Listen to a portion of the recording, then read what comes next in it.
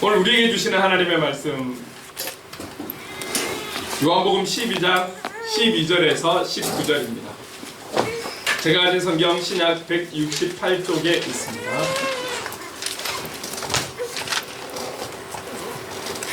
요한복음 12장 12절에서 19절까지의 말씀, 제가 이 말씀 중독할 때에 하나님의 음성을 들으시기 바랍니다. 그 이튿날에는 명절에 온 큰 무리가 예수께서 예루살렘으로 오신다는 것을 듣고 종려나무 가지를 가지고 맞으러 나가 외치되 호산나 찬송하리로다 주의 이름으로 오시는 이 곧 이스라엘의 왕이시여 하더라. 예수는 한 어린 나귀를 보고 타시니 이는 기록된 바 시온 딸아 두려워하지 말라 보라 너의 왕이 나귀 새끼를 타고 오신다 함과 같더라. 제자들은 처음에 이 일을 깨닫지 못하였다가 예수께서 영광을 얻으신 후에야 이것이 예수께 대하여 기록된 것인가 사람들이 예수께 이같이 한 것임이 생각났더라. 나사로를 무덤에서 불러내어 죽은 자 가운데서 살리실 때에 함께 있던 무리가 증언한지라. 이에 무리가 예수를 맞음은 이 표적 행하심을 들었음이로라. 바리새인들이 서로 말하되 볼지어다 너희 하는 일이 쓸데없다. 보라 온 세상이 그를 따르는도다 하니라. 아멘. 오늘 본문으로 저는 깨닫지 못하였다가 생각났더라 라는 제목으로 또 함께 말씀을 나누려고 합니다. 지난주에는 우리가 하박국 말씀을 가지고 들었는데요. 요한복음을 쭉 진행하다가 오늘 종려주일 오늘 이 본문을 맞추려고 일부러 지난주에 그 말씀을 전한 것은 아니었고요. 네. 또 저에게 또 주신 또 다시금 좀 힘을 주시는 말씀이 지난주였기 때문에 같이 나누고 싶어서 전했던 것이고 오늘은 마침 종려주일인데 여기 요한복음에 나오는 종려주일에 딱 맞는 본문을 주셔서 또 감사하기도 합니다. 매번 어떤 절기 때나 또 이런 때가 되면 또 그에 맞는 또 말씀들을 많이 또 전하시죠. 그러다 보면 아마 특히 종려주일은 오늘 본문을 놓고 여러 번 아마 지금까지 신앙생활 하시면서 말씀을 들으셨을 겁니다. 근데 그 내용도 같이 다루어지지만 오늘 저는 제목처럼 깨닫지 못하였다가 생각났더라. 이 말씀이 또 저에게 되게 또 은혜가 되고 저에게 좋은 또 시간들이 되어서 함께 또 말씀을 나누려고 합니다. 저에게 주셨던 은혜가 함께 이 자리에 부어지고 나눠지는 은혜가 있기를 간절히 소망합니다. 예수님은 전능하신 분이고 전지하신 분이고 못할 것이 없으신 분이시고 어디에나 계신 분이라는 것을 우리는 기도 때나 찬송 때나 우리가 개인적인 신앙의 고백을 할 때에 이런 고백을 드립니다. 주님은 그런 분이시라고. 그래서 예수님께서 이 땅에서 보여주신 많은 표적들 그리고 우리의 삶의 현장에서 또 보여주신 크고 작은 표적들이 또 있지 않겠습니까? 이것은 그 어떤 존재도 어떤 누구도 따라할 수 없는 흉내낼 수 없는 놀라운 표적들이죠. 특히 성경에 기록되어진 표적들은 정말 이거는 뭐 지금 우리가 살아가는 현장에서는 참 경험해보기 쉽지 않은 그런 어떤 기적들인 거죠. 예수님께서 이런 능력이 있었던 것은 사실이지만 예수님에게도 하나님의 그 예언의 말씀들은 적용이 되고 있다라는 것, 그래서 오늘 말씀을 통해서 또 보여주시는 것 같아요. 이 말씀을 같이 한번 읽어볼까요? 전도서 3장 1절 말씀 함께 읽겠습니다. 시작. 범사에 기한이 있고 천하만사가 다 때가 있나니. 다 때가 있나니 믿으십니까? 다 때가 있는 겁니다. 우리가 그냥 이렇게 살아가는 것 같고 우연히 살아가는 것 같고 그런 단어들을 쓸 수 있겠지만 우연이라는 단어 말이죠. 살아가는 것 같지만 모든 것이 하나님의 인도하심이고 때라는 게 있다라는 거죠. 그 때가 우리가 생각하는 것보다 더 빨리 올 때도 있고 그 때가 우리가 생각하는 것보다 너무 안 올 때가 있는 이 차이는 있겠지만 모든 것이 하나님의 때의 상황과 환경들이 주어진다라는 것이죠. 예수님도 여기에 피할 수는 없었던 것입니다. 조금 더 우리가 예수님의 이전 모습을 또 기억하면서 한번 나열을 해보면 예수님을 향해 질투의 화신이 되어버린 대제사장들과 바리새인들, 이 사람들은 드디어 공식적으로 예수님을 잡아야겠다, 그리고 죽여야겠다라는 그런 마음을 갖게 되니까 공식적으로 사람들에게 선포합니다. 예수님이 어디에 있든지 간에 보았다라면 신고해라. 신고해라. 이 신고하라는 것은 빨리 가서 잡겠다라는 거잖아요. 그리고 잡고 처단을 하겠다, 죽이겠다라는 그들의 은밀한 그 마음이 숨어 있는 것이죠. 이렇게까지 신고를 하게 해서라도 예수님을 잡으려고 하는 이 대제사장들과 바리새인들, 이것을 예수님께서 모르셨겠습니까? 뭐 이전부터 그런 시기와 질투는 다 받고 있으셨으니까.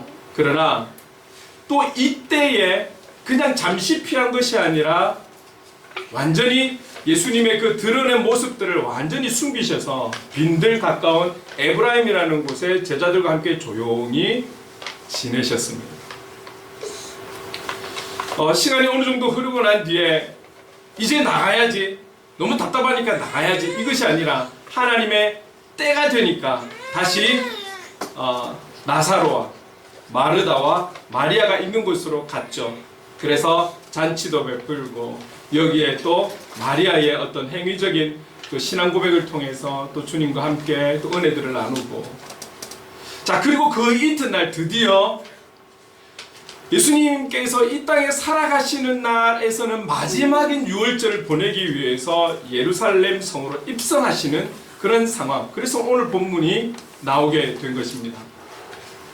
예수님께서 이제 사람들이 있는 곳으로 드러냈다라고 해서 시간이 조금 지나서 이 대제사장들과 바리새인들의 생각들이 바뀌었을까요?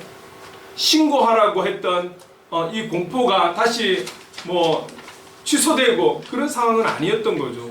동일하게 예수님을 잡고자 하는 상황에서 하나님의 때가 되었고, 그 하나님의 뜻을 이루기 위한 이제 마지막 걸음이 시작이 되어야 되는 때가 되었기 때문에 다시금 사람들 앞에 등장하기 시작한 것이죠. 그래서 예수님도 예수님의 놀라운 표적들을 보이시고 말씀을 증거하시고 하나님 나라를 전하시고 사람들과 관계하시고 하셨지만 결국은 다 하나님의 인도하심과 그 때에 맞는 상황과 환경에서 하나님의 일을 이루어가고 계시는 분이었다라는 거죠. 우리는 하나님을 향해서 이렇게 표현합니다. 생사를 주관하시는 하나님. 우리가 그렇게 기도할 때도 이렇게 표현을 하지 않습니까?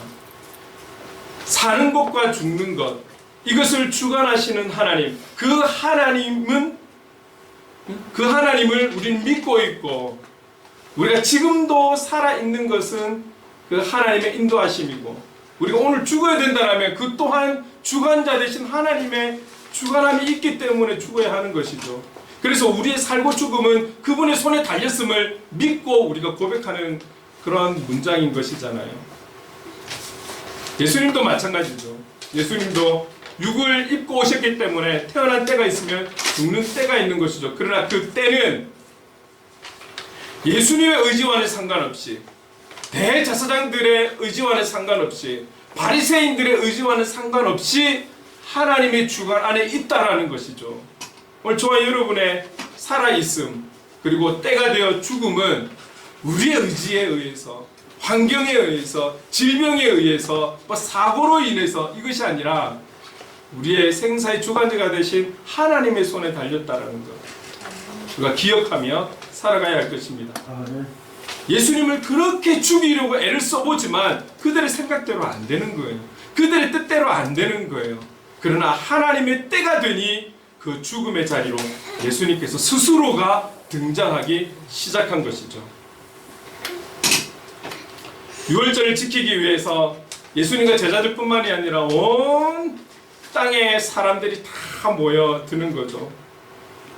그리고 이들은 죽은 나사로를 살리신 예수님도 예루살렘 성에 오신다라는 말을 듣고 그 예수님을 맞이하기 위해 준비하는데 이거예요. 다른 것 없고 종려나무 가지를 손에 들고 환영할 준비를 하고 있는 거예요. 그들이 종려나무 가지를 들었기 때문에 우리는 이 날을 종려주일이라고 이야기하는 것 아니겠습니까? 많이 들으셨겠지만 이 종려나무 가지는 이스라엘에 있어서는 아무것도 아닌 것 같지만 이 종려나무는, 그리고 이 가지는 거룩의 상징이고 승리와 번영의 상징이었습니다. 이 상징인 종려나무 가지를 들고 예수님을 맞이했다라는 것은 결국 예수의 승리의 입성을 송축한다라는 그런 의미가 포함이 되어 있고, 이 가지를 흔들어서 막 흔들면서 예수님을 맞이한 것이죠. 그리고 이 맞이에 예수님은 또 지나가는 어린 나귀를 보시고는 그 나귀를 타고 입성하시는 겁니다. 조금 전에 우리 기도할 때도 나귀를 타고 라는 어떤 단어가 표현이 되었잖아요. 그 어떤 예루살렘 성에 입성하고 많은 사람들이 정말 송축하고 경배하면서 환호하면서 이분을 맞이하는데 좀 멋지게 등장하면 얼마나 좋을까요? 좀 웅장하게 등장하면 얼마나 좋을까요? 그러나 지나가는 나귀를 타고, 어린 나귀를 타고, 볼품없는 나귀를 타고 예수님께서 입성하셨다는 것, 우리는 잘 알고 있습니다. 왜 나귀를 타셨는지. 이 나귀가 갖고 있는 의미들이 있다라는 거죠. 먼저는 그냥 지나가는 나귀가 있어서 나귀를 타고 다른 동물이 있었으면 동물을 타는 것이 아니라 이미 스가랴 9장 9절에 예언의 말씀으로 나와 있는 것을 오늘 본문 15절에는 이렇게 표현을 하고 있는 것이죠. 15절 함께 읽어보겠습니다. 이는 기록된 바 시온 딸아 두려워하지 말라. 보라 너희 왕이 나귀 새끼를 타고 오신다 함과 같다. 이미 스가랴 9장 9절에 예언의 말씀으로 오실 그 메시아는 나귀를 타고 오신다라고 이미 기록이 되어 있거든요. 이 예언의 말씀이 드러나고 있다라는 것을 우리에게 보여주시는 그런 말씀인 것이죠. 자, 그래서 주님은 주님의 이름으로 오시는 이스라엘 왕이신 그런 메시아로서 입성을 하게 되는데, 아주 멋진 군마를 타거나 아주 멋진 어떤 모습을 준비를 해서 등장하는 것이 아니라 어린 나귀, 예언의 말씀을 성취하시고자 나귀를 타고 들어오셨어요. 여기에 나귀에도 또 뜻이 있는 거잖아요. 이 나귀는 두 가지의 의미가 있는 것이죠. 화평과 겸손의 의미가 있는 것이죠. 우리 예수님은 사실 이 땅에 나실 때부터 말구유에 나셔서 정말 낮고 낮은 자의 모습으로 이 땅에 오신 것이죠. 이제 십자가에 죽으셔야 되는 그 시점에 와서도 그 많은 사람들이 기다리고 있고 환호하는 그 현장에도 겸손한 모습을 잃지 않고 입성하는 주님을 볼 수 있는 것이죠. 겸손의 왕, 평강의 왕, 우리는 이렇게 주님을 향해서 표현하기도 합니다. 주님을 닮기를 원합니다.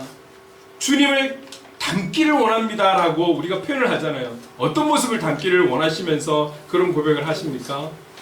주님의 어떤 전능하심, 전지하심, 이런 어떤 능력적인 부분에서 주님을 닮고 싶으십니까?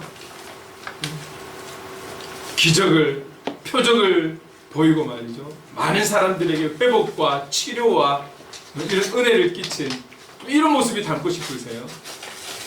우리가 주님을 닮기 원합니다라는 이 고백에는 바로 주님의 이런 모습들, 화평의 모습들, 겸손의 모습들을 우리가 닮아가야 하지 않겠습니까? 주님이 그런 모습으로 살아가셨거든요.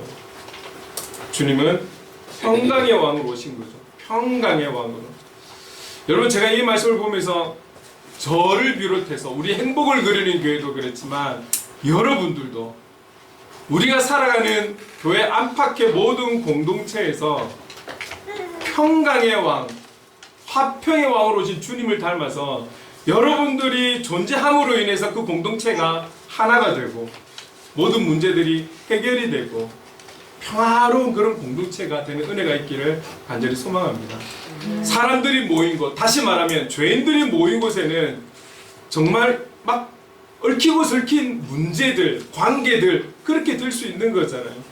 그럼에도 주님을 닮아 살아가기를 원하는 우리가 있음으로 인해서 그 문제들이 해결이 되고 풀려지고 화평을 이루고 하나됨을 이룬다라는 것, 얼마나 귀한 역할을 감당하는 것입니까? 여러분이 가는 곳곳마다 주님의 이 평안을, 이 화평의 향기를 드러내는 저와 여러분의 삶이 될 수 있기를 간절히 소망합니다. 그리고 그분은 겸손의 왕으로 오셨잖아요. 겸손의 왕. 저와 여러분도 어딜 가든지 누구를 만나든지 겸손한 그리스도인으로 살아갔으면 좋겠습니다. 이런 거 있잖아요. 내가 어쩔 수 없는 그런 낮은 자가 되어서 낮은 자의 모습으로 살아가는 것도, 열심히 살아가는 것도 중요하지만 충분히 우리가 교만할 수 있고 거만할 수 있고 우리를 자랑할 수 있고 나를 드러낼 수 있는 상황임에도 불구하고 내 스스로가 낮아지고 내 스스로가 정말 상대를 섬기고 또 봉사하고 격려하고 응원하는 이런 존재로 살아간다면 하나님께서 얼마나 기뻐하시겠습니까? 주님은 그렇게 충분히 모든 것을 드러낼 수 있는 능력의 하나님이시지만 그분은 끝까지 겸손함을 잃지 않고 살아갔다라는 것.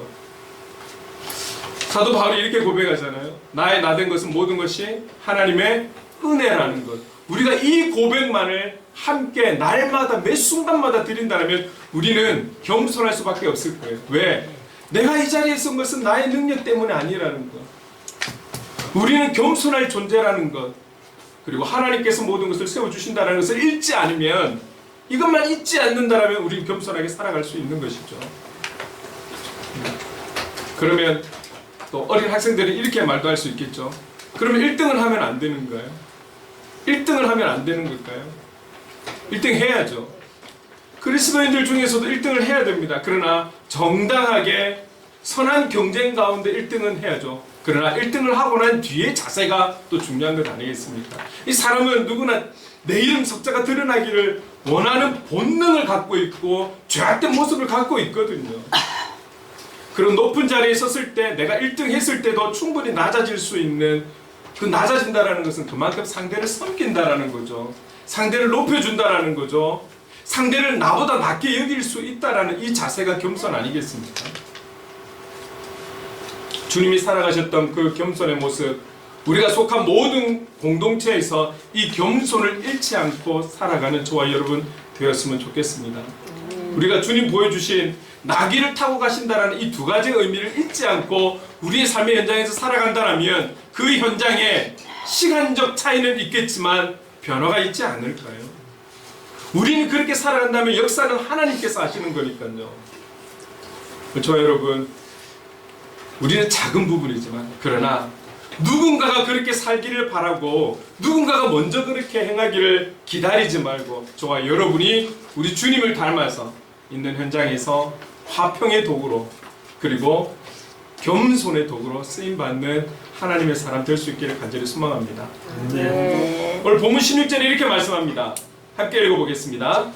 제자들은 처음에 이 일을 깨닫지 못하였다가 예수께서 영광을 얻으신 후에야 이것이 예수께 대하여 기록된 것임과 사람들이 예수께 이같이 한 것임이 생각났더라. 저는 오늘 전체적인 본문에서 이 구절이 저에게 주제 구절이 되었고 오늘 제목도 이 구절 안에 깨닫지 못하였다가 생각났더라 이렇게 제목을 정하게 된 것입니다. 제자들은 그 누구보다도 주님을 가까이서 지켜보았습니다. 제자들은 그 누구보다도 더 많은 말씀을 들었습니다. 수많은 사람들이 있을 때 하나님 나라에 대한 선포도 있었고 말씀을 많이 하셨지만 제자들만 있을 때 비유하면서 하신 말씀들도 많잖아요. 우리가 최근에는 어떻습니까? 빈들 가까운 에브라임이라는 동네에 조용히 사람들에게 드러내지 않고 제자들과 있으면서 그 약 2달이라는 시간 동안 무엇을 했겠습니까? 더 많은 하나님 나라에 대한 복음에 대한 말씀 듣지 않았을까요? 그 누구보다도 이 제자들은 영적인 풍성함을 누렸을 것입니다. 그리고 그 주님의 표적도 아주 가까운 곳에서 주님이 어떻게 표적을 일으키시는지 관찰할 수 있었을 것입니다. 그런데 15절의 스가랴의 예언이 제자들의 스승인 예수님을 가리키고 있는 말씀이라는 것을 그들은 전혀 깨닫지를 못했던 거죠. 낙타를 타고 간다라는 그 인물이 어떤 분명한 인물이 있을 것인데, 내가 섬기고 있고 모시고 있는 그 주님이 그 낙타란다. 낙타가 아니잖아요. 그 나귀를 뭐 제가 틀리게 말했던 넘어가신 그 나귀를 타는 자가 내 스승 예수라는 것을 이해할 수가 없었던 거죠. 결국은 16절에서 시간이 지나고 난 뒤에 예수님께서 영광을 얻으신 후에야 생각이 났다라는 거예요. 근데 여러분, 이 16절의 말씀이 영광을 얻으신 후에야 생각이 났다라는 이 말씀이 동일하게 표현이 되는 곳이 23절이에요. 23절로 같이 한번 읽어볼까요? 시작. 예수께서 대답하여 이르시되 인자가 영광을 얻을 때가 왔도다. 영광을 얻을 때가 왔도다. 우리가 보통 영광을 얻는다라고 하면 어떤 때입니까? 뭔가를 잘하고 어떤 결과물이 좋고 말이죠. 이런 거를 우리가 떠올릴 수 있는 건데, 지금 주님께서 말씀하시는 오늘 본문 16절에도 영광을 얻으신 후 23절에도 영광을 얻어야 될 때가 왔다라고 하는데, 이 단어가 가지고 있는 숨은 의미는 어떤 엄청난 것이 준비되어 있고 뭐 이렇게 대박이 나고 이런 것이 아니라는 거죠. 상상도 못한 십자가의 사건을, 십자가의 죽음을 지금 의미하고 있다는 것 우리는 잘 알고 있지 않습니까? 지금 제자들은 전혀 지금 말씀들이 와닿지가 않아요. 지금 나와 함께하고 있는 수많은 기적과 표적을 보여주신 이 예수님, 지금 현재도 많은 사람들의 환호를 받으면서 예루살렘 성으로 입성하고 있는 이 현장에서 주님의 그 스타성을 바라보고 아주 나의 스승이 이런 스타라는 것에 대한 우쭐함이 있는 이 제자들이 이제 며칠 뒤면 십자가에 죽을 것이라는 것을 상상이라도 했겠습니까? 조금 전에 말씀드렸지만 스가랴 9장 9절에 나온 이 예언의 말씀이, 이 존재가 지금 나와 함께하고 계신 내가 섬기는 이 스승인 예수님이라는 것을 꿈에도 꾸지 못했던 제자들이라는 거죠. 그런데 그들이 이 모든 것이 예수께 한 것임을 생각을 한 것은, 깨달은 것은 예수님께서 십자가에 못 박히고 난 이후에 이것이 생각났더라, 이것을 깨달았더라라고 16절은 증거하고 있는 그런 말씀인 것입니다. 생각났더라, 이 말은 우리가 잘 알고 있듯이 생각나다, 기억하다, 한 가지 더 깨닫다, 이런 부분들이 있는 거거든요. 여러분, 지금 16절의 마지막에 예수께 이같이 한 것이 생각났다라는 것이 시간이 지나 보니까 그들이 묵상이 되어서 구약에 나와 있는 그 말씀들이 연결이 되고, 지금 많은 사람들이 이렇게 환호하는 것이 연결이 되고, 또 낙타를 타고 가시고 십자가에 못 박혀 죽이는 유대인들을 바라보면서 모든 것이 내용이 연결이 되어서, 이 모든 것이 내가 모신 그 주님, 예수님, 그 예수님에게 해당된 이야기구나를 그들 스스로가 깨우쳤느냐? 그거 아니라는 거예요.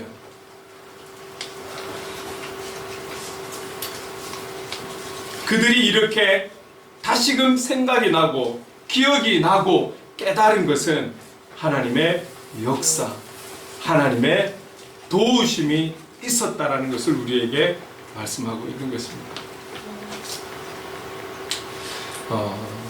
하나님은 그러면 어떻게 제자들에게 역사하셨을까요? 어떤 방법으로 이들에게 생각나게 하셨을까요? 기억나게 하셨을까요? 무엇을 통해서 이들이 이 성경의 흐름이 지금 이 모든 상황이 예수 그리스도 중심이구나라는 것을 깨닫게 하셨을까요? 무엇을 통해서? 이것은 예수님께서 승천하심으로 인해서 약속하신 그 성령님, 이 성령의 도우심이 있었기 때문에 뒤에라도 모든 사건이 끝나고 난 뒤에라도 이들은 알게 되었고 생각나게 되었고 깨닫게 되었다라는 것이죠. 자, 그렇다면 우리가 늘 삼위일체 되신 하나님, 그 중에 성령 하나님에 대한 이야기를 자주 하지만 그 성령님의 하시는 일의 역할이 무엇인가를 오늘 한번 살펴보기 원하는 것입니다. 성령의 역할, 성경 곳곳에 많은 기록들이 되어 있지만 오늘 우리는 지금 요한복음을 보고 있기 때문에 그럼 요한복음 안에서 말씀하시는 성령의 역할이 어떤 것인가를 함께 나누고 싶습니다. 먼저 성령님은 우리를 거듭나게 하신다라는 것. 요한복음 3장 5절입니다. 앞에 있는 구절을 함께 읽어보겠습니다. 시작. 예수께서 대답하시되 진실로 진실로 내게 이르노니 사람이 물과 성령으로 나지 아니하면 하나님 나라에 들어갈 수 없느니라. 하나님 나라에 들어가기 위한 조건이 무엇입니까? 물과 성령으로 나지 아니하면 갈 수 없다라는 거예요. 자, 물과 성령, 이것은 물 세례, 성령 세례를 말씀하시는 거죠. 우리는 물 세례에 대해서는 좀 눈에 보여지는 예식을 우리가 갖추고 있잖아요. 그래서 이 물 세례는 회개의 부르심에 응답하여서 깨끗함을 받는 것이죠. 그래서 우리가 물 세례를 받고 있습니다. 그런데 성령 세례는 의식적으로 우리가 예식을 가진다든지 그런 것이 아니라 이 성령 세례는 나와 주님과의 1대1의 관계 속에서 받는 거거든요. 결국 이 성령 세례는 예수 그리스도를 온전히 믿는 그 믿음으로 인해서 내 안에 이제는 내가 아닌 예수 그리스도의 생명이 거했음을 고백하면서 받는 것이 바로 성령 세례이지 않겠습니까?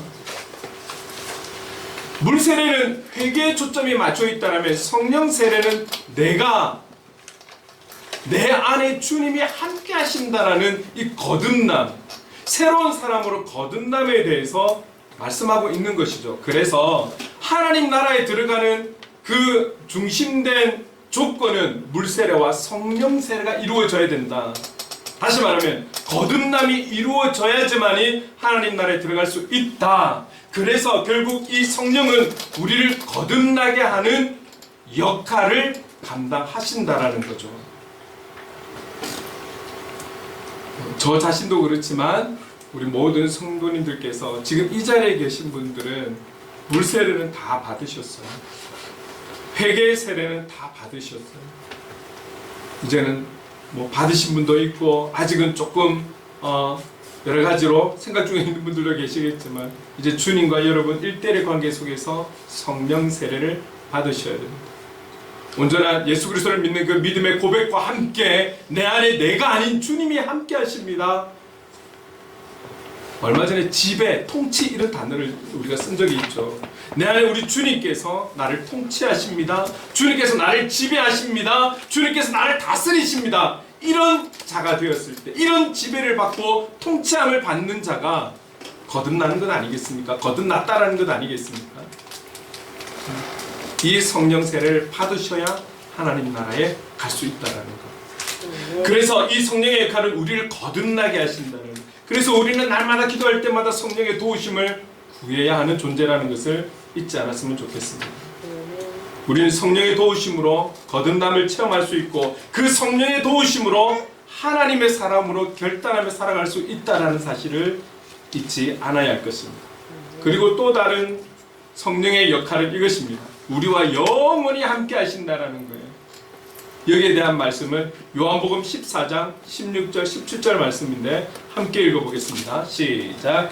내가 아버지께 구하겠으니 그가 또 다른 보혜사를 너희에게 주사 영원토록 너희와 함께 있게 하리니 그는 진리의 영이라. 세상은 능히 그를 받지 못하나니 이는 그를 보지도 못하고 알지도 못합니다. 그러나 너희는 그를 아나니 그는 너희와 함께 거하시며 또 너희 속에 계시겠습니다. 예수님은 자신이 십자가에 달려서 죽을 것을 아시고 자신의 사역을 대신해서 계속 이어갈 이 제자들을 위해서 하나님께 간절히 간구하는 한 가지가 있습니다. 그것이 바로 다른 보혜사 성령님을 구하는 것이죠. 그래서 이 성령님께서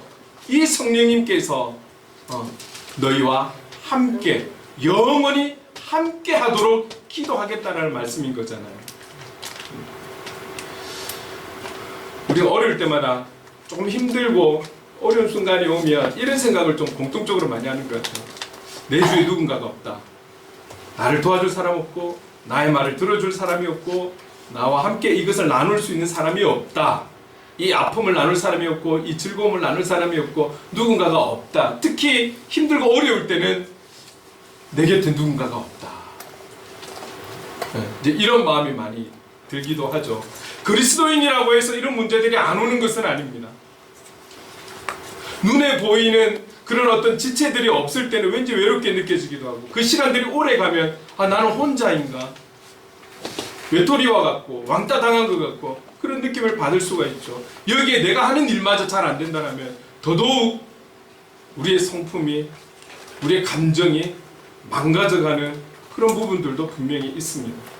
그러나 우리가 잊지 않아야 되는 것이 무엇이냐면, 우리가 예수 그리스도를 믿는 믿음으로 신앙의 고백을 한 이후에 우리가 성령의 세례를 받았다면 우리가 잊지 않아야 되는 부분은, 그 누군가는 우리와 함께하지 않는다 할지라도 우리 성령 하나님은 나와 영원히 함께하신다는 사실을 믿을 수 있기를 바랍니다. 우리 예수 믿는 자들 중에도 정신적인 충격을 받고 여기에 많은 흔들림 속에서 살아가는 분들도 있습니다. 사람이 다 똑같지 않잖아요. 우리는 본질상 진노의 자녀이기 때문에 죄와 연결되지 않을 수가 없고, 그 죄 중에 우리를 자학하고 스스로를 학대하고 우리 스스로를 곤란하게 만들고 우리 스스로를, 내 자신이 나를 외톨이로 만드는 경우도 많아요. 주님을 찾는다라는 이 이론이 내 머릿속에는 있지만 그 삶의 현장에 있다 보면 그 어려움 속에 나도 빠질 때가 참 많은 것이죠. 여러분, 이런 부분들도 우리가 그만큼 훈련이 되어야 되고 학습은 되어야 하는 것이죠. 그리고 매사에 우리가 그 성령의 도우심을 우리가 간절하게 기도해야 되는 그 이유 중에 하나가 이런 때가 올 수도 있다라는 거예요. 분명한 것은 부모도 자식도 때가 되면 다 떠나야 되는 거잖아요. 떠나야 되는 관계예요. 그러나 졸지도 주무시지도 않는 성령 하나님은 우리와 영원히 함께 하신다는 사실을 여러분 잊지 않으셔야 돼요. 이것이 훈련되어지고 준비되어질 때 우리는 이 땅에서 헛된 시간을 보내지 않는 거예요. 잊지 마십시오. 성령 하나님은 어떤 순간에 어떤 관계 속에서라도 우리를 홀로 두지 않는다는 사실을, 저와 여러분을 홀로 두지 않는 분이라는 사실을, 그 홀로 두지 않기 위해서 주님은 지금도 성령께서 저와 여러분과 함께 하시도록, 영원히 함께 하도록 중보하고 계신다는 사실을 잊지 않으셔야 됩니다. 자, 그리고 또 다른 성령의 역할을 살펴볼까요? 성령은 모든 것을 가르치고 생각나게 하신다라는 거죠. 요한복음 14장 26절 함께 읽어보겠습니다. 시작. 보혜사 곧 아버지께서 내 이름으로 보내실 성령, 그가 너희에게 모든 것을 가르치고 내가 너희에게 말한 모든 것을 생각나게 하리라. 성령은 진리의 영이십니다. 그래서 제자들이 진리로 나아갈 수 있도록 모든 것을 가르치실 것입니다.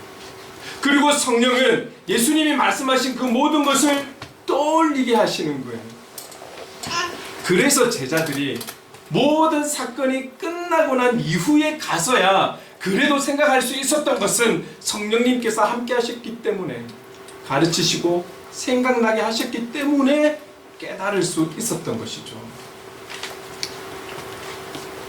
생각나게 하리라. 방금 읽은 14장 26절, 그리고 우리 본문 12장 16절, 여기에 나와 있는 생각나게 하리라는, 생각도 나지만 깨닫게 한다라는 이 뜻이 또 분명히 있다라는 것을 우리는 기억해야 합니다. 깨닫게 하신다라는 것, 생각나게 하신다라는 것, 기억나게 하신다라는 것. 여러분, 제자들은 두려워해서이든 무지해서이든 간에 예수님이 돌아가시기 직전까지 예수님의 말씀에 대해서 제대로 이해하고 있는 사람은 아무도 없었습니다. 만약에 그가 영적으로, 제자들 중에 한 명이라도 영적으로 깨달음이 있고 우리 주님이 어떤 분이신가에 대해서, 아니 그들이 알고 있는 구약에 대해서 그 말씀이 바로 내가 모시는 이 예수님과 연결된 말씀이야 라고 믿는 그 제자가 한 명이라도 있었으면 한 명 정도는 주님을 떠나지 않았을 거예요. 도망가지 않았을 거예요. 그들은 이 상황이 올 거라고 생각도 하지 못했고 믿지도 못했고 알지도 못했고 깨닫지도 못했기 때문에 그 순간이 두려움은 오니까 모두가 예수님 팽개치고 도망가 버리고, 그 두려움이 오니까 수석 제자라고 하는 베드로는 예수님을 저주까지 해버리는 그런 상황이 온 것이죠.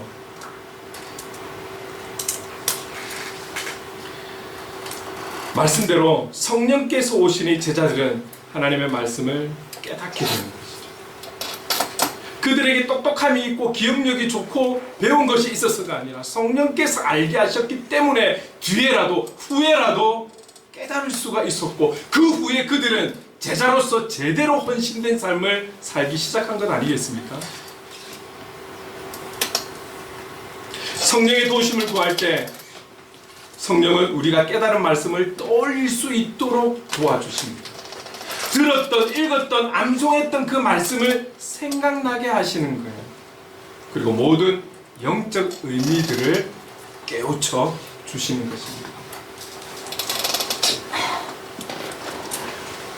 우리 성경이 66권으로 되어 있는데 한 번을 읽어도 100번을 읽어도 똑같은 본문을 100번을 봐도 동일하게 새롭게 은혜가 되는 것은 성령님께서 우리에게 깨우침을 주시기 때문에 그런 은혜들이 있는 것 아니겠습니까? 성령의 도우심을 구하면서 오늘 지금 우리의 상황들이 어떤 영적인 의미가 있는지 여러분 궁금하시면 물어보시면 돼요. 말씀을 읽다가 이해 안 되는 부분이 있다면, 문맥적으로 상황적으로 이해가 안 되는 부분들이 있다면 이 말씀이 기록되어 있는 그 영적 의미들을 성령님께 물어보시면 돼요. 다 알려주실지 안 알려주실지는 제가 뭐라고 말씀을 못 드리겠습니다. 그러나 깨우쳐 주실 수 있는 그 유일하신 분, 그분이 알려주실 수 있는 것이죠. 성령님은 모든 것을 가르치시고 생각나게 하시는 분이십니다. 여러분들이 과거에 어릴 때 암송했던 그 구절들, 어릴 때 불렀던 그 찬송들, 어느 순간에 다 잊혀버린 것 같은데, 그리고 또 알지 못한 어느 순간이 왔을 때 그 말씀을 기억나게 하셔서 새 힘을 주시고, 그 찬송을 불렀던 것을 기억나게 하셔서 새 힘을 주시고. 저는 좀 목사이지만 조금 부끄럽지만 성경 구절보다는 사실은 찬송으로 많이 이렇게 좀 기억나게 하셔서, 최근에도 너무 오랜만에 또 조금 제가 처져 있을 때 또 주신 찬송이 있어가지고 너무 제가 힘을 얻고 있는 찬송이 있거든요. 우리 송 집사님도 또 새로운 찬송을 또 카톡으로 보내주셔가지고 또 이렇게 새로운 곡을 또 알게 된 이런 애들도 있고. 문제는 그렇습니다. 사람마다 살아가는 환경이 다르고 상황은 다르지만 성령님께서 깨닫게 하시고 기억나게 하시고 알게 하신다는 사실을 여러분 기억하십시오. 자, 성령님 한 가지 더 보도록 하겠습니다. 이 성령의 역할은 죄에 대하여 책망하신다는 거예요. 죄. 요한복음 16장 8절 함께 읽겠습니다. 시작. 그가 와서 죄에 대하여, 의에 대하여, 심판에 대하여 세상을 책망하시리라. 자, 이 16절 8절을 조금 나누면 죄에 대하여 책망하시리라. 성령님은 죄에 대해서 책망하시는 분이세요. 죄에 대해서. 성령님께서 죄에 대해서 책망하시는 이유가 뭘까요? 또 찝어서 말씀하시네. 오늘 또 책망하시네. 여러분, 책망함이 기분 나빠서는 안 되는 거예요. 성령님께서 우리를 책망하시는 이유는 다시금 하나님의 사랑으로 회복하라는 의미에서 주시는 거죠. 결국 사랑 때문에 깨닫게 하시는 것이고, 깨닫게 하는 방법 중에 한 가지 책망이 될 수 있는 것이기 때문에 그 책망이 우리가 감정적으로 기분 나빠서는 안 되는 거예요. 최근에 이런 일이 있었어요. 어느 한 교회에서 목사님께서 말씀을 전했어요. 어떤 의도를 가지고 전하신 게 아니에요. 그런데 교회 한 직분자 한 분께서 예배 마치고 따로 찾아와가지고 왜 거기에 대해서 이야기를 하냐? 왜 나에 대해서 이야기를 하냐? 여러분, 나에 대해서 이야기했다라는 것을 깨달았다면 그 정말 큰 은혜 아니겠습니까? 그러면 아멘으로 받아야 돼요. 말씀으로, 깨달음으로 책망을 받았다면 하나님 살아계시니까, 그리고 다 나를 보시는구나, 내 마음 중심까지도 보시는구나, 그래서 그 말씀에 아멘 하면서 돌이키면 되는 거예요. 근데 그 부분을 가지고 목사님께 따지는 거죠. 결코 건강한 모습, 바른 모습은 아니고요. 주님의 책망의 모습은 다를 수가 있어요. 사람마다 다를 수가 있어요. 그러나 책망하신다라는 것은, 우리를 깨닫게 하신다라는 것은, 죄에 대해서 특히 책망하신다라는 것은 우리를 사랑하신다라는 거예요. 그 죄된 모습으로 가만히 있으면 안 되잖아요. 자, 그런데 오늘 이 16장 8절이 구체적으로 말씀하시는 게 뭐냐면, 죄에 대하여 이 부분을 구체적으로 말씀하고 있는 구절이 있어요. 그 다음 구절 16장 9절에 이렇게 말씀하고 있습니다. 함께 읽겠습니다. 시작. 죄에 대하여라 함은 그들이 나를 믿지 아니하며. 이 땅에서 선하게 살고 도덕적으로 윤리적으로 완벽하게 살아가는 사람 천국 갑니까 못 갑니까? 하나님 나라에 들어갑니까 못 들어갑니까? 우리가 갖지 않은 성품을 가지고 있고 법이 없어도 살아갈 수 있는 사람들 많습니다. 윤리적으로 도덕적으로 깨끗한 사람들 많아요. 그러나 오늘 주님께서 죄에 대해서 책망하겠다라고 하는 그 죄는 나를 믿지 않는 죄, 나를 믿지 않는 죄. 오늘 우리 이 책망은 받지 맙시다. 예수 그리스도를 믿지 않는 책망, 이 책망은 받지 말자고요. 오늘 저와 여러분 예수 그리스도를 온전히 믿음으로 살아갈 수 있기를 간절히 소망합니다. 이 믿음이 있으셔야 돼요. 우리가 좀 실수할 수도 있습니다. 우리가 좀 이렇게 갈등하면서 유혹을 받으면서 실수할 수도 있습니다. 그러나 그럼에도 불구하고 우리 안에 흔들리지 않아야 될 그 중심은 예수 그리스도를 믿는 믿음이 흔들려서는 안 되는 거예요. 이게 흔들려버리면 모든 것이 흔들려버리는 것이죠. 오히려 예수 그리스도를 믿는 믿음은 시간이 갈수록, 때가 지날수록 성장해 가야죠. 성숙해 가야죠. 장성한 분량에 이르러가는 우리의 믿음이 될 수 있기를 간절히 소망합니다. 성숙한 믿음을 가진 자는 윤리적으로 도덕적으로 100% 완벽하고 깨끗한 자입니까? 그 뒤는 여러분들이 생각하십시오. 오늘 여기서 강조하고 싶은 부분은 이거예요. 우리의 죄된 모습을 부인할 수는 없어요. 내가 죄인이라는 걸 부인할 수 없지만, 그런 우리 안에 예수 그리스도를 믿는 그 믿음만큼은 시간이 흘러갈수록, 말씀을 대할수록, 경험해가고 체험해갈수록, 오늘 이 성령님과 동행하면서 성령의 역할을 우리가 누리면서 우리의 믿음이 성장하기를 원하는 것입니다. 아멘.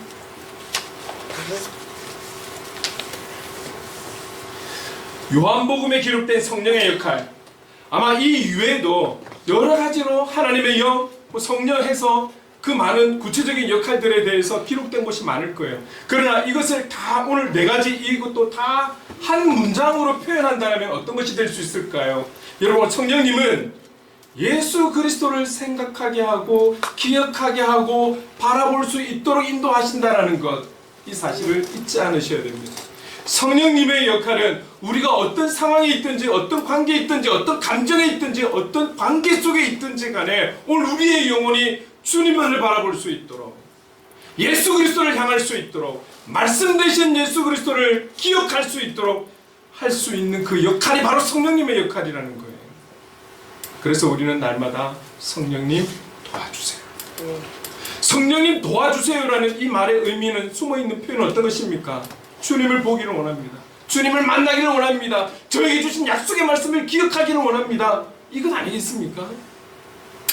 어떤 모양으로든 어떤 방법으로든 성령님은 예수 그리스도께, 우리의 영혼이 예수 그리스도께 맞춰져 있기를 그렇게 도와주시는 역할을 하고 있는 분이라는 거죠. 오늘 저와 여러분 날마다 주님과 동행하는 삶을 살아가야 합니다. 살아가야 합니다. 그 가운데서도 우리는 이제 살아갈 한 주를 고난주간으로 보낼 것입니다. 이 고난주간을 육적인 절제와 근심과 함께 그 무엇보다 성령님을 통해서 온전히 예수 그리스도를 바라보는 시간이 될 수 있기를 바랍니다. 아멘. 주님이 나를 위해 걸으셨던 그 길을 함께 마음으로 걸어보는 그런 동참의 시간이 될 수 있기를 간절히 소망합니다. 그래서 이 고난주간이 고난으로 끝난 것이 아니라 고난에서 주는 주님의 예수 그리스도의 깊은 사랑을, 주님만이 주실 수 있는 크신 사랑에 감격하는 그런 은혜의 시간이 될 수 있기를 간절히 소망합니다.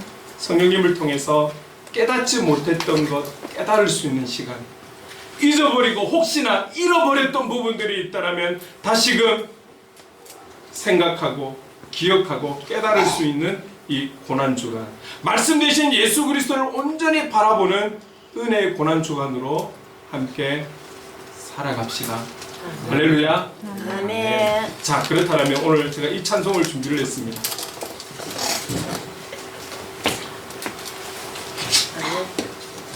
두 손 들고 우리 함께 찬양합시다.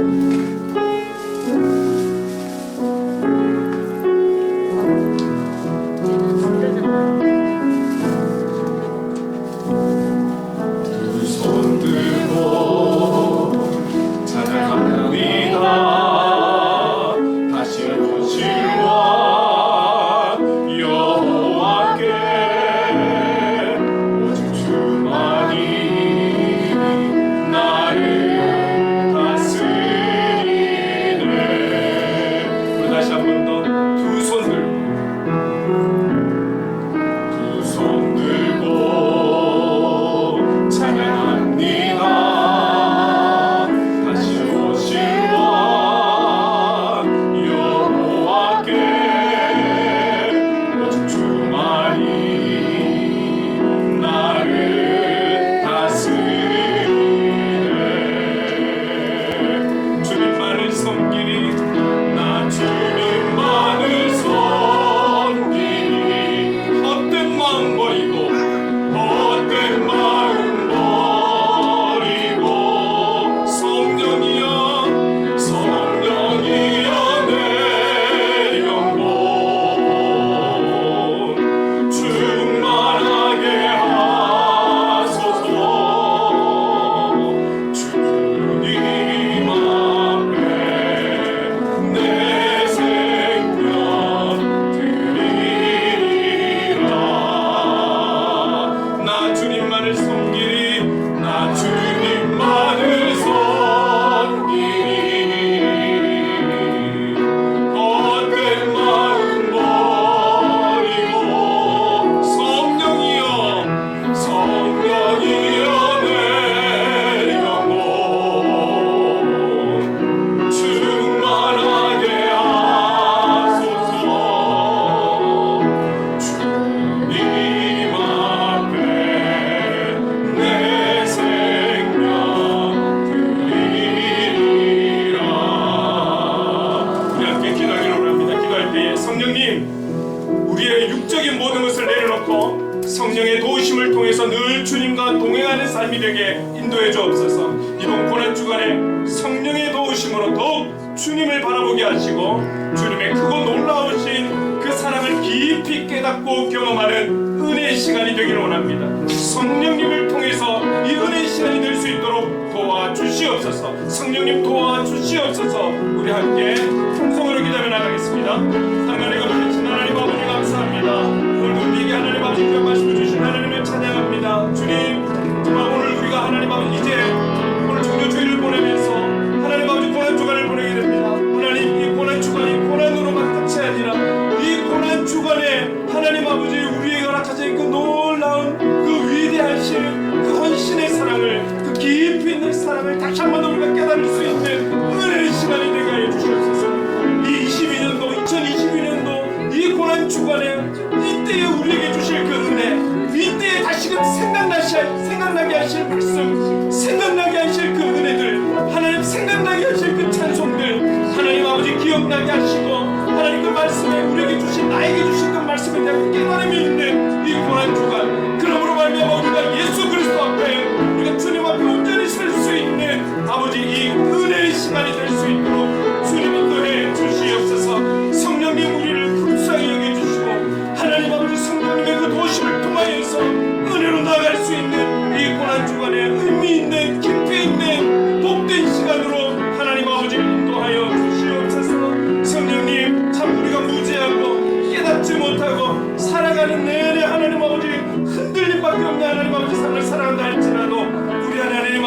성령님을 의지하고 기대하고 하나님을 택하는 이 마음들 중심을 잃지 않고 하나님 성령의 도심 속에 아버지 그렇게 살아갈 수 있는 성령님의 인도하심 속에 살아갈 수 있는 그런 성령의 사람들이 될 수 있도록 주님 인도하여 주시옵소서. 성령 하나님의 그 역할들이 우리 한 사람 한 사람에게 하나님 온전히 하나님 마음을 누릴 수 있는 은혜와 복을 허락해 주실 줄로 믿습니다.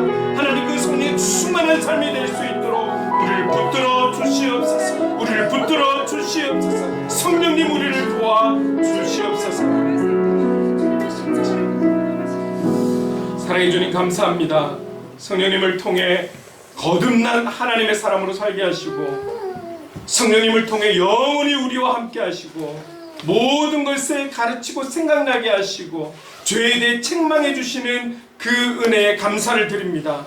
성령 하나님을 통해 우리 주님을 온전히 바라보게 하시고 예수의 길, 그 좁은 길, 아버지 그 고난의 길로 나아가는 참된 그리스도인의 삶을 살아가도록 인도해 주시옵소서.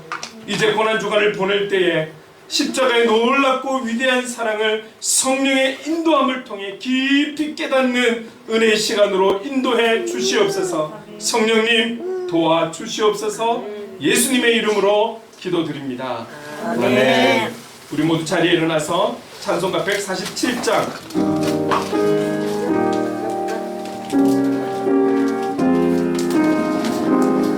찬송하겠습니다.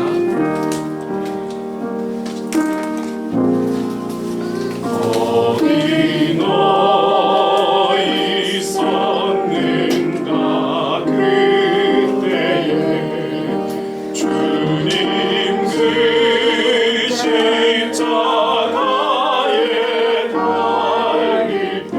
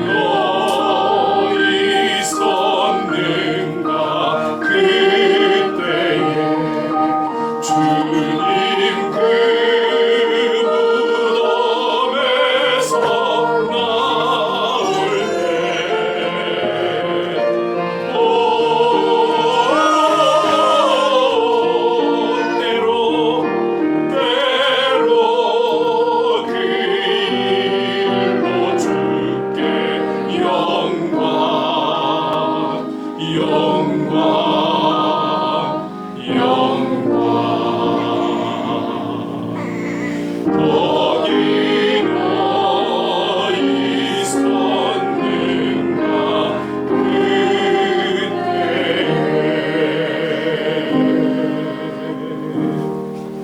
이 한 주를 살아갈 때에 이 찬양의 가사가 우리에게 계속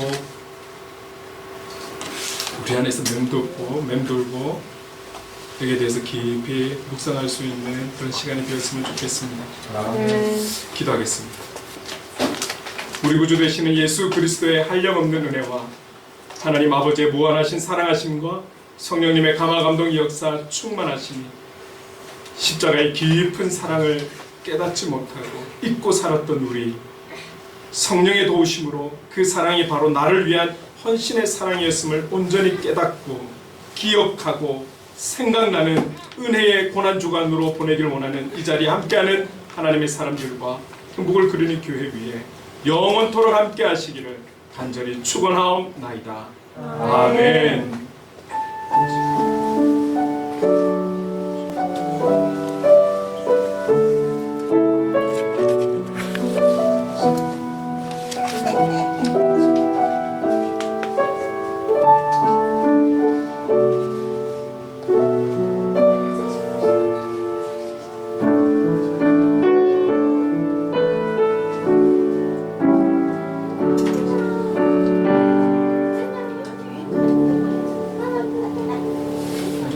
고난주간 안에 승리하며 살아갈 수 있기를 바랍니다. 아멘.